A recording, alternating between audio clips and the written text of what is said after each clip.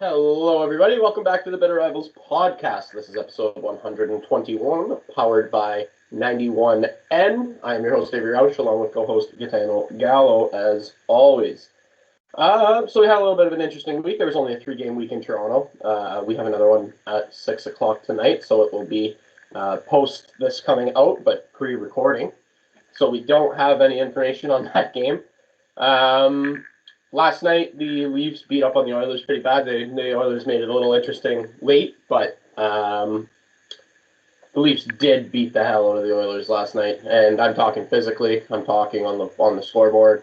Max Domi beat the hell out of Matthias Janmark. The Leafs have this edge recently that's just been so fun to watch because they have lacked that edge for a long time. Edmondson, your boy, had a great game last night. He really did. Love me some Joel Edmondson. He's just throwing bodies around like it's a fucking UFC like octagon or a WWE ring. Like that's what he's doing. Oh, trust me. Like if you think this is fun now, like wait till the playoffs start and the rulebook goes out the window. Like you are going to love Joel Edmondson. Yeah, even Jake McCabe, like he pasted Connor McDavid a couple of times last night. Jake McCabe was throwing his weight around. Got to shout out Bobby the Man McMahon because that kid is just a beautiful sight for Leafs fans. He's depth. He's cheap depth. He's internally. He's like a Toronto Maple Leafs product since he's been drafted. He's a story, dude. He is a story, and one that we are very, very much enjoying. He seems to elevate every line that he plays on, which is all you can ask for I guess he's like a 25-year-old, 26-year-old rookie, something like that. But man, he's awesome. Gotta give a shout out to Max Domi. Max Domi has been playing some great hockey. He's been getting power play time with Mitch Marner's absence, and he's been making use of it. He had a 4-point night the other night, 4 apples. And yeah, he's just been he's been really good. He's really turning it on. No Bertuzzi last night either. He was sick, but he's been turning it on too. And those two guys, like, you want to talk about deadline acquisitions? I know we acquired them in the summer, but those guys have turned it on recently. And yeah, Matthews with number 58 last night, only goal into an empty net on the year. 57 on a goalie, 1 into an empty net. I think that's very impressive. And yeah, we talked about this last week. We're on this stretch between the deadline and the playoffs where you're just hoping guys don't get hurt. You're just kind of coasting through. There's not really much for the Leafs to play for anymore. They're going to finish third in the Atlantic, and they will play either Boston or Florida. Whoever finishes second. Don't really like either of those matchups, as again, just reiterating what I said last week, but that's what it is. So all we can do now is dial in our game, play with the physicality that we're going to need in the playoffs, which is what we've been doing. Need Mitch Marner back for penalty kill. I was just praising Max Domi on the power play, and he's great, but Mitch Marner is obviously better. Yeah, Timothy Liljegren's actually stepped up his game very, very much so recently, and there's a lot of talk about him not being a playoff defenseman. He's just small and doesn't. Past couple of years, he's been the odd man out come playoff time, which sucks for him, but it is what it is. Do you think at some point he's going to get those playoff reps to kind of have a chance to become a quote unquote playoff defenseman, or do you think? I say if he doesn't this year, then you got to move on, right? Like in that situation, do you try and trade him for some, or do you just keep him for the regular season? Then when it gets to playoffs, you just bench him? Like, can't do that. You can't do that. Like that's what I mean. So like, because he is a good defenseman, right? We've talked about it. For the majority of this year, he's been really good. Like, what do you think the Leafs? What would you do if you're the Leafs in this situation and he maybe doesn't become a quote unquote playoff defenseman? Then you got to move on from him in the summer. You got to trade him, get something back for him because he was a first round pick as well. And yeah, he was. If you recall, in that draft, he was actually he was the number 1 prospect in that draft for a fair amount, and then he got sick for his entire draft year, got mono, and it really fucked up his draft stock. But he fell to the Leafs. I think we picked him at like 17, I want to say, something like that. And yeah, he's slowly coming into his own now. I say you got to give him his playoffs reps this year. If he can't handle it, you got to move on. That's what it comes down to with him. Samsonov last night left the game injured. Looked really, really bad. Sheldon Keefe did say after the game, though, he expects him to be okay. So that's good news for Leafs fans because that did not look good. Of course, we have Joseph Woll to fall back on and Martin Jones. So we're both still on the active roster, by the way. So we're running with 3 goaltenders right now. Mostly because we would have to send one down, and one of them will get picked up off waivers if we do that. It would most likely be Martin Jones, and I don't know how he cleared waivers the first time this year, but he would not clear waivers again. So that's about all I have in Leafland. I don't even remember who the hell we played this week, if we're being honest. It was Edmonton last night. We played Carolina tonight at Washington. That's right. And who was before that? Yeah, we lost to the Flyers. Okay, that's what it was. We lost to the Flyers on Tuesday. Tough game. They came back on us. Hate to see it. Beat up on the Capitals 7-3 on Wednesday. Couple games off last night against Edmonton 6-3 final, and tonight against the Hurricanes, which will be a fun game to watch. Yeah, absolutely. And kind of sticking with the same theme of the Oilers, the Habs pushed them to the absolute limit on Tuesday night. 3-2 loss in overtime. Honestly, if it wasn't for their goalie, it wasn't Skinner. Who's the other one? Who's the backup? Picker. That was one of the best games you're going to see from a goalie. He was phenomenal. The Habs easily should have won that game by like 4 or 5 goals. He stood on his head. Yeah, I'm really liking what I'm seeing from the Habs in this little stretch here of, pushing kind of the top teams, to the brink, not getting the results, which is fine. But yeah, the Oilers didn't look great. If the Habs are kind of pushing to that limit, I'm not surprised that the Leafs absolutely beat on them. And then we did get beat on by the Canucks, though, in Vancouver. That was a rough one. They're so good. Like Vancouver can be. Like, that's the thing, is they can be good, but they could also be a big pile of steaming shit. They feel like the Oilers from the last like 1 or 2 years, where you're like, half of the games you're like, oh my god, like how is this team not going to win a Stanley Cup? And then the other half, it's like, this is in a dumpster fire. They need to like sell everyone and completely rebuild. Unfortunately for the Habs, every time we've played them this year, they've been Stanley Cup contending Vancouver Canucks, and they've just beat on us. But overall, not a terrible week. We do have the only 2 games this week. They do play tonight in Seattle at 9 p.m., which just sucks because I want to go to bed tonight at a reasonable time, but I won't be. Yeah. But other than that, not too much in Montreal still. Martin St. Louis is still away from the team for personal reasons. Outside of that, not a lot of movement there. The bigger news in the Canadiens organization is actually in Laval, where David Reinbacher made his AHL debut, not last night, the night before. Scored a beautiful goal, and just looked. And this is one AHL game. I'm not getting ahead of anything here, but he looked pretty good for a kid making his professional debut in North America. Looked really solid. Yeah, and that's what you want, especially from a first-round draft pick, right? Is you want him to come in and just make an impact when it comes down to it. What else going on in Montreal? Not honestly a ton. At this point, we're just kind of there. That's kind of what it is right now, man. And that's even for the Leafs. Like, this is that stretch, right? You're after trade deadline. There's not much left for Montreal to do. You are what you are. Yeah, like that's like when you like the Leafs and Habs are weirdly in the same position of like, we're not really playing for anything right now. Like unless something catastrophic happens either way, like the Habs are going to be in a draft lottery spot and the Leafs are going to be 3rd in the Atlantic. Like unless something, like I said, crazy happens, that's just kind of the reality. Now it's just a matter of getting from here to the end of the season. Yeah, that's about where we're at. So in the name of filling some time here on episode 121 of the Bitter Rivals podcast, why don't we go over just a little look at our awards list? Oh boy. and see where we're at. Oh boy. Let's do it. This is So, gonna. I have. Here's the thing, and I'll dead honest. I've not looked at this since we did that episode. me too.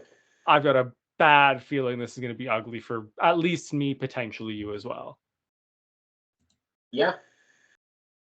Yeah. Okay. So let's start with the heart. You have it up yet? Yeah, I've got it up. Okay, so you had McJesus and I had Matthews for the heart. There was a little bit of time there where Matthews was making a heart push. Let's be honest, right now it's going to be one of Nikita Kucherov or Nathan MacKinnon. Yeah, and I mean, like this thing, McJesus and Matthews are not out of it by any stretch. But yeah, it just kind of has to be Kucher McKinnon. Yeah, it's what Kucherov is doing this year. He's got 123 points already. McKinnon's at 119, which McDavid's at 150, and he's not too far behind. It was that start, man. Their start was awful. Like, didn't he go 4 games without a point? That's the first time in his career he's ever done that. That's so fucking insane to me that we're talking about. What if he went 4 games without a point? Yeah. like that's just insane. It's outrageous. Like if you said like, oh, Matthews went like 7 or 8 games without a point, you'd be like, you know, like a bit of a rough stretch. But like 4 games being a rough stretch for McDavid is just fucking stupid. That is ridiculous. Like really, really ridiculous. Art Ross, we both had McJesus, and I guess he still could do that. Yeah, that's it. Like, it wouldn't surprise me if they played a fucking dog shit team and he put up 6 points and all of a sudden he's right back in the race. Yeah, right now Kucherov's leading at 123, as we've mentioned. Calder. So we both had Connor Bedard. I think that probably stands. Yeah, I think even with the timeout injured, he's still, I think, miles ahead of every other rookie this year. Yeah, I would agree. Vezina, you had Ottinger. I had Shesterkin. So, yeah, Shesterkin shout's not looking too bad. Leads the league in goals against average. I don't see Ottinger in the top 10. No, Ottinger's having a rough year. Yeah, he is. Save percentage, neither of them are actually in the top 10 there. And also, for shutouts, yeah, neither of them are in the top 10 as well. Honestly, this hasn't been a goalie year, I don't think. Hasn't been a goalie year, but if you're going to give it to somebody, it sure seems like you got to give it to Connor Hellebuyck. Yeah, I think that would probably be... Tied for first in goals against, first in save percentage, got 4 shutouts. Yeah, I would agree with Hellebuyck, but like I said, not really a goalie year this year. Yeah, fair enough. Norris. So I went with Makar, which is a surprisingly smart shout for me because I'm known for a rogue shout when it comes to the Norris. It's between him and Hughes. It just has to be. I had a shout there. I went off the board and I picked Miro Heiskanen, and he is not having a good year. The Dallas Stars as a team have not been having the greatest year either. So I'm not as a team they are. The individuals on the team aren't having like standout years. They just as a team are rolling. I think that's the best way to put it. Yeah, I would say right now the leader is Quinn Hughes, the leader in the clubhouse. Yeah, but like it's either one of those two. It has to be one of them. Makar or yeah, for sure. Selke. Ooh, why did I go with Mitch Marner? Jesus. You did go with Mitch Marner. I mean, like it's not a bad shout. I just wouldn't have expected myself to pick a Leaf. No.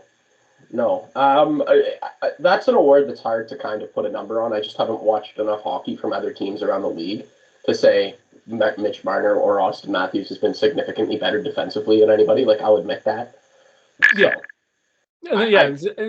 So for context for listeners and viewers, we've basically been flipping between our predictions and the NHL stats page just to, as we're discussing here. There's not really a stat you can look up that's easily as definable as defensive work from forwards. So, I mean, I think come the end of the year, I think Matthews and Marner will probably both at least be top 10, probably both top 5 in votes anyways.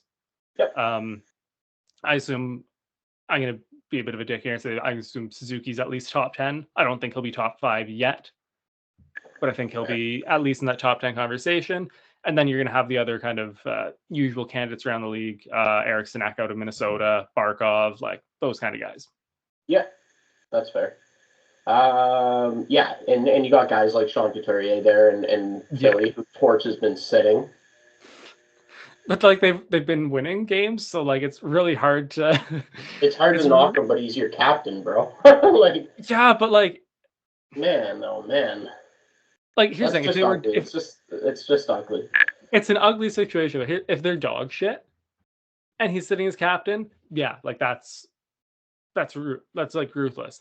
But they're like fighting for a playoff spot and winning games without him, so like it's hard to not back it, right? I kind of yeah.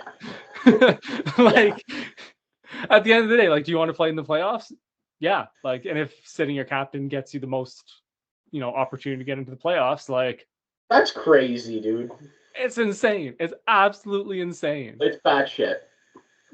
But it's working. It's working. It's working. All right, moving on. We had our cup predictions. You as the Colorado Avalanche, which is still, I would say, a very, very good possibility.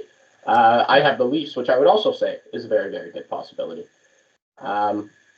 It's hard to deny teams like Florida and Boston. The Atlantic is such a gauntlet, man. Like, I know. I've said it so many times, but like I'm so glad the Habs suck right now. Yeah, it's like so glad. Yeah, there's lots of teams in the mix. Edmonton looks scary. Vancouver looks scary, as we know. Colorado can come out of nowhere. Vegas, if they sneak in, are not a fun team to play against. If they sneak in. Yes, if they sneak They in. might not. They might not. So coinciding with our cup picks, you had McKinnon, I had Nylander as Conn Smythe. We haven't even played any hockey yet in the playoffs, so I don't think it's really our place to start talking about changing our Conn Smythe vote. The Panarin. So we did not make a pick, but I'm going to insert Bobby McMann into when you mentioned the fact that he's like a 25 to 26-year-old rookie, I was going to make a joke about him being probably the only nominee for the Panarin this year. I'm adding him in here. Absolutely. Bobby McMann, what a legend.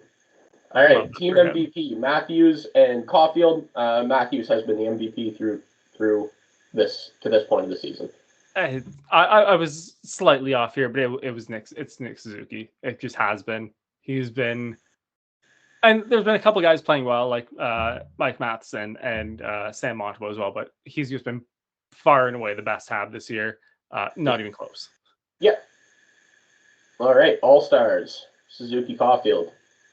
I went 1 for 2. I wasn't the way that the voting thing works. I didn't fit, especially with the All-Star game being in Toronto. I didn't think we would get 2, but I did put Suzuki first, so I am taking that. Okay, I had Poppy, Marner, Nylander, and Ryan Reeves for some reason. Fan vote because it was in Toronto. That's exactly why we went with Reeves. Oh yeah, I went 3 for 4, and Morgan Riley was the fourth there. Most excited to see a healthy Cole Caulfield. Has he been healthy? He's been healthy for the most part. Just stinks. So here's the thing. So this is I'm paraphrasing Marty St. Louis here. His whole thing was I'm not gonna make Cole Caulfield a better goal scorer. That's not. But he's gonna make him a better all around player. And I think Cole Caulfield's all around game has gotten significantly better this year. Yes, he's only got his 20 goals, which is not anywhere near enough for his expectations, for our expectations as fans. But like, you're seeing him become, a more complete player. And I think that's maybe not I think maybe being like, oh, he's going to score 40 or 50 this year was maybe too far of a reach. But I think this has been a very good step in the right direction for Cole Caulfield. So as maybe disappointing as the numbers are going to finish up for this year, I don't think it's for the worse. I think it's for the better. Fair enough. Bounce back year. You had Slavkovsky. Nailed it, by the way. Nailed it. We didn't even do my most excited to see. Yeah, no, I was really confused why you went there, but I was just really happy to rub that in that I fucking nailed that. Well, I just had Bertuzzi, Matthews, and Marner, and they have been very exciting to watch. So not much to talk about there. Has that been a combination a lot this year or no? Not really. No, they did. They started like that. They started together, sucked, broke them up. He's played mostly with Nylander, Bertuzzi, and Tavares or Domi, depending on how Keith has the lineup set up. But I think that might be something that we're probably going to try down the stretch. Like, I wouldn't be surprised if once Marner comes back, Keith throws those guys together and says, try it again. Now that you've been on the same team for a year, try it again. But as individuals, they've been exciting to see. That's, I think, kind of the important part here. Yeah. Your line combination didn't work, but the rest of the lineup has actually worked out. Yeah, and for my bounce back year, I had Matthews, and I also nailed that. This guy scores like nobody's business. It's insane the amount of pucks he puts in the net, and he wasn't doing that last year. I don't know if he was hurt. I don't know what was going on, but this year he's really, really gotten back to scoring goals like a freak again, which is awesome. Breakout player, Caden Gooley. How's that worked out? I think it's worked out really, really well. Again, he's been in a really shitty situation in that he doesn't really get sheltered minutes, just considering the state of the Habs decor, basically since his NHL debut. So he's been kind of forced to play top pairing minutes from day one, and he just keeps continuing to make these steps forward. He looks so good. He looks so composed. He's kind of added the offensive game that you saw in junior has started to creep into his game now. I think, and he still has a ways to go. Don't get me wrong. I'm not going to sit here and throw him into the Norris conversation for next year, but I think he's been progressing perfectly in Montreal. And this year he just really has taken those steps, and outside of Mike Matheson, has really become that guy for the Habs defense. Yep. Yeah, that's and you need that from your rookies, right? Is he a rookie? Is he technically a rookie? No, this is technically his second NHL season, but still a very, very young player. Yeah. Yeah, exactly. Okay, under the radar player. I had Matthew Nyes for the breakout player. He has been good. He hasn't been a breakout player. I would say that the breakout player for the Leafs has been Bobby McMann. Since coming into the lineup, the guy just scores and scores and scores and scores. I actually saw a stat that he's if you put an 82 game pace, he's actually got more goals per game than Cole Caulfield this year. So that's an interesting one, but Bobby McMann is actually scoring more than Cole Caulfield, especially the contract he signed to. So we got him after this year for another 2 years at 1.35, and he's a guy who you can slot up and down the lineup. He can be a fourth line energy guy. He can play on the second line, the third line. You can put him on the first line with Matthews and Marner. You can do whatever you want with that guy. And he works, and he hits, and he forechecks, and he makes plays, and he wins pucks, and it's so great to see. And that's the breakout player of the year. So under the radar player, I had Jordan Harris. I shouldn't have went with a defenseman, especially one of the young ones, because they rotate in and out of the lineup so much. Like I've said a million times, he's been good when he's in. Like, don't get me wrong. Like, I'm not shitting on him at all. It's just he, along with Kovacevic and Arbor Jack and a bunch of other of the young defensemen, just aren't in the lineup as consistently as you would kind of want to really say like they flew under the radar with good performances. But again, hasn't played poorly. If I'm looking back at it, I probably should have went with, someone like maybe honestly even probably Sam Montembeault, Caden Primo, one of the goalies would have been a good shout. But yeah, like you said, he's been good. He just hasn't been able to put together a great season with considering the amount of ice time he's had. Yeah, and I had Timmy Liljegren. So Timmy Liljegren, like I said, he's been good. I wouldn't say he's been an under the radar player, though. I don't know if that was the correct kind of way to say that. I think maybe a better pick would have been a guy like maybe a goaltender like Joseph Wolf, who, if you remember, started really, really hot, or maybe McMahon again, because he broke out like crazy this year, or he was under the radar to begin the year, I should say. He's been good, and he is under the radar, I guess, Liljegren, but I feel like I should have went in another direction there. Anyway, Hottest takes. I'll let you go with your hot take here. So I had Jack Hughes as a Hart finalist, which I don't think was a terrible shout to begin with. I thought it was an all right hot take. If the Devils had kind of had a good season, kind of on the projection that they were looking at last year, I thought they were going to be great. They kind of bottled it. Yeah, not great, not great. Yours is ugly. Yours is bad. Okay, I forgot about it. Hold on just a second. So I had Linus Ullmark having an under 900 save percentage, okay? And the reason that he doesn't, I believe he's at like 914 or something. Yeah. The reason that he doesn't is because he lost his starter's job, right? So I'm not totally out of the realm of being kind of correct here, if you know what I'm saying. Because he's lost his starter's job to Jeremy Swayman. Ullmark isn't even the Bruins starter this year after winning the Vezina. But I mean, that's also kind of the price you pay for having two of the best goalies in the league, as your 1-2 tandem. I understand that, but I'm not totally wrong, is my point. Like I'm looking at his games. He's got 19 wins, 8 losses. Like he's still a really good goalie. If he's, goal against is a 2.66, save percentage is a 914. He's got a shutout. Like he's got 2 penalty minutes. I hate the Bruins, man. And I know. What? They're not even a good team. They just get outrageous goaltending, and that's the only reason that they've won for 2 straight years. That's it. They don't even have any, like, they have Marchand and Pasternak, dude. That, like. Okay, but Pasta's like a 50-goal scorer easy. Yeah, Matthews is a 60-goal scorer. Like, if we got the goaltending the Bruins would have, we'd actually win the cup every fucking year. Yeah, and if my aunt had wheels, she'd be a bike, but that doesn't happen. That's actually a good point.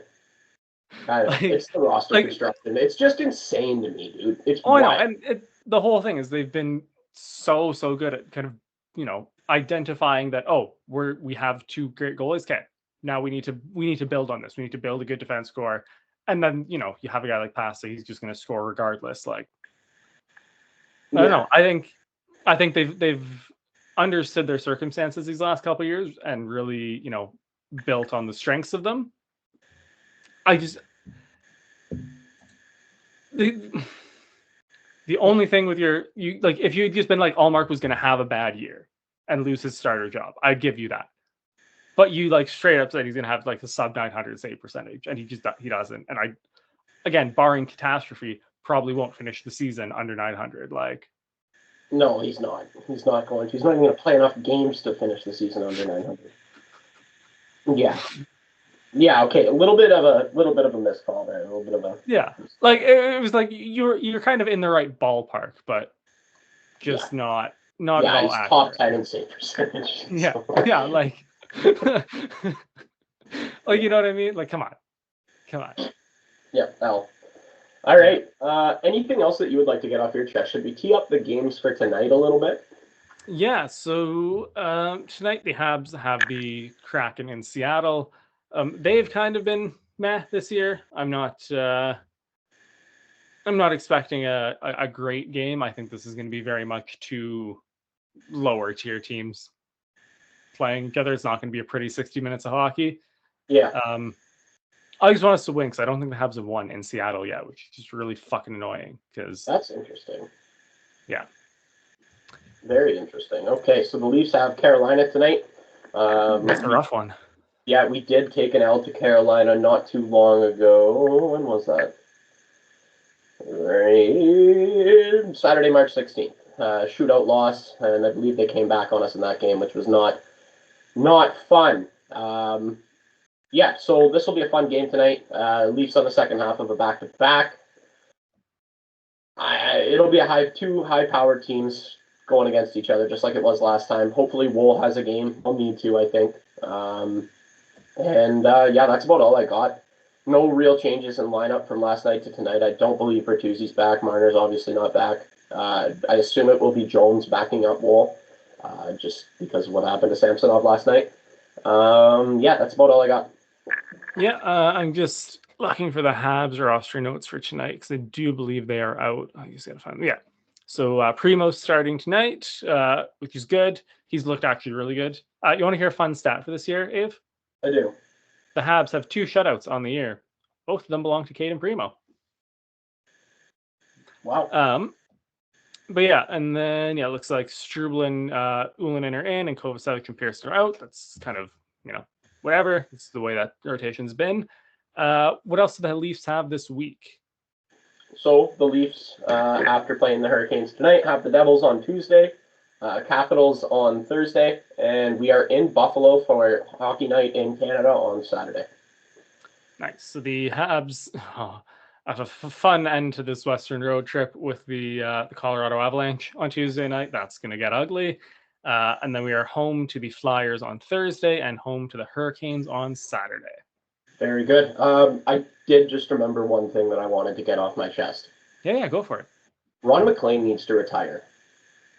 Yeah, he's had a rough couple years here now. I think it's kind of when you compare TSN's coverage, and I'm just talking Leaf specific regional coverage here, even national broadcast, but dude, Duffy is literally and I'm not even exaggerating when I say this. He's actually 10 times as good of a host as Ron McLean. To me, Duffy is the bar. He's the bar. He is. If something like the Olympics or some major event was happening in Canada, and you said build a broadcast team, he's unanimous number one every time. That's the guy, and then you build it from there. He's that good. Yes, for sure. The thing for me though is it's not just about how great Duffy is. Ron McLean asked Bobby McMahon, who's 25, if he knew Glenn Seether's wife's dress shop last night while he was interviewing him, and Bobby McMahon was like, what did you just say? Who? And I don't want to discredit Ron McLean, because for a very long time he was, the best. He was the standard. He was the best way to. It's just, I think it's just time to retire. Well, and it's time for TSN to get some more hockey rights here too. Come on, honestly, man. I can't keep doing this every Saturday night watching Jen Bot. The only entertaining part of that panel is Bieksa. Jen Botterill sucks, man. She is awful. She has some of the worst takes I've ever heard in my life. Ron McLean is geriatric in telling stories about the early 1900s every night. I've always hated Kelly Rudy, by the way. Rudy's he's so vanilla. He's so plain. Yeah. He just says what everybody's thinking in the most monotone voice ever. It's awful. It's actually awful. I don't mind Sean McKenzie. I don't mind Kyle Bukauskas, the in-arena hosts, but yeah, that panel is a fucking nightmare, buddy. Man, just because you brought it up, the Habs on TSN panel, the region-specific one, slaps. We get fucking Johnson, we get Mudryk, they're great. You get Arpon in the intermissions, who's fucking awesome. You get Kenzie Lalonde in the intermissions, awesome. TSN needs more hockey rights just in general. Even the Leafs rights, dude. Because we got Gord, then we got Mike. Yeah. Right. Gord and Mike are electric on the the Habs on TSN had them last week because there was some scheduling stuff. Yeah. Electric. They were great. It was awesome. Yeah, but and I used to love Chris Cuthbert too. I will admit I used to really enjoy listening to Chris Cuthbert call hockey games. I hate it. He hates the Leafs. He fucking hates the Leafs, and he's calling Leafs games. What I would do to have Joe Bowen, and I get it, he's senile, and sometimes he sees the wrong guy out there and stuff like that. But he would be better than Chris Cuthbert. Gord Miller is right now the standard. Gord Miller, to me, calling hockey games is the standard. He's informative. He's funny. Him and Johnson have great chemistry. And then you go over to Sportsnet. I don't even remember the guy's name that does Leafs games, the Mike Johnson for Sportsnet. I forget his name right now. Greg Millen. Isn't it Greg Millen? Is it Greg Millen? I'm actually struggling to think of his name. Greg Millen. Yeah, he's currently a color commentator. Yeah, no, he's terrible. I don't think it's Millen because it says he does. Calgary games. Anyway, whoever it is fucking sucks. Like, they're terrible. And we need more TSN. I needed to get that off my chest. Had to get that off my chest. I will always back more TSN coverage for everything.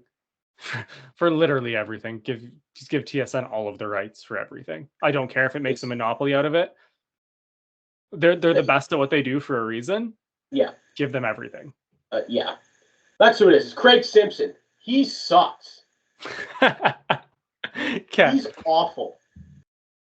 I have a soft spot for him only because him and I forget who the other guy was, did like all of the commentary for like the early 2000s NHL games. So I just like grew up playing that. So I do have a soft spot for him in that sense. He hasn't called a Habs game in a very long time that I can remember. So I haven't listened to him call games recently. But yeah, back in the day, go. Maybe not anymore. Yeah, no, it's bad. It's really, really bad. Anyway, that's all I needed to get off my chest. Is there anything you would like to get off your chest? No, I am good. That is everything for me today. All right. Thank you for listening to this episode of the Bitter Rebels podcast, powered by 91N. We will talk to you next week. Thanks for listening.